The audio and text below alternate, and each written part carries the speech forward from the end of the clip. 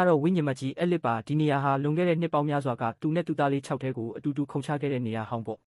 ရှောင်းချန်နဲ့အေမီတို့ဟာပျောက်ဆုံးနေတဲ့ကလေးနှစ်ယောက်ကိုရှာဖွေရင်း6ကမ်းပါးထိပ်ကိုရောက်လာကြတဲ့ဝိညာဉ်အဖြစ်ပြောင်းလဲသွားတဲ့အဲ့လစ်ကသူတို့ကိုအနာမကတ်နိုင်အောင်ချက်ချင်းပေါ်လာပြီးတားဆီးပါတော့တယ်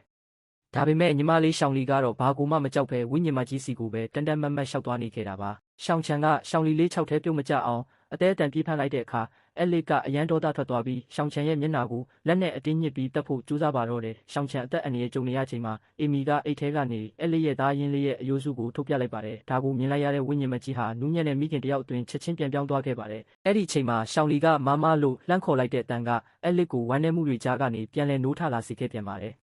သူဟာသားရဲ့အယိုးစုကိုလွှင့်ပစ်လိုက်ပြီးရှောင်းချန်ရဲ့ရင်ဘတ်ကိုလက်နဲ့ထိုးဖောက်တက်ဖြတ်လိုက်ပါတော့တယ်